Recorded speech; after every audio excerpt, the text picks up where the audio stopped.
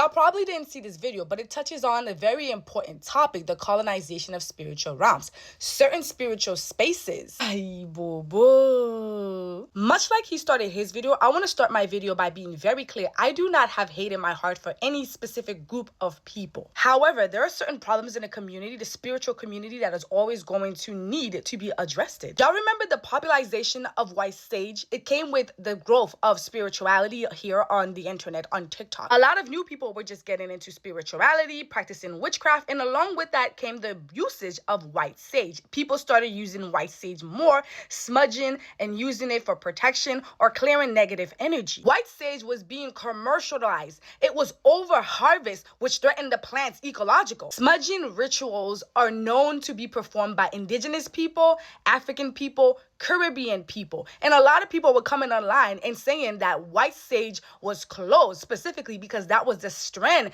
of sage that was being threatened the most.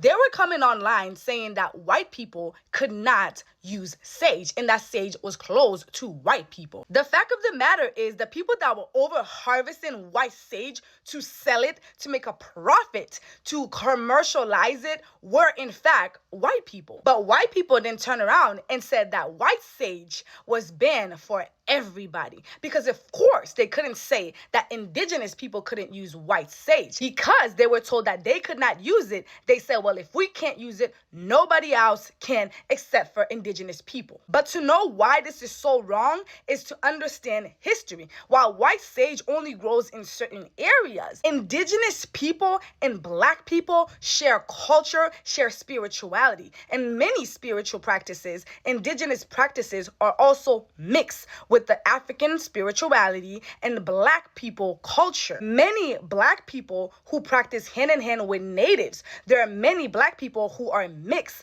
with native and have native ancestry. White sage is often given as a gift by a native person, in which you can use that. It was never meant to be commercialized. It was never meant to be seen as an aesthetic. This is what was happening in these spiritual spaces with the people that are not familiar, who are not educated and understand the culture. And the call for people to stop using white sage is so that indigenous people can protect the plant from poachers and the people who are commercializing it. Too many white people come into spiritual spaces just to make a profit. They don't care about sacredness. They don't care about ethics. They don't care about what it truly means, all the history behind it, but simply how much money they can make off of it.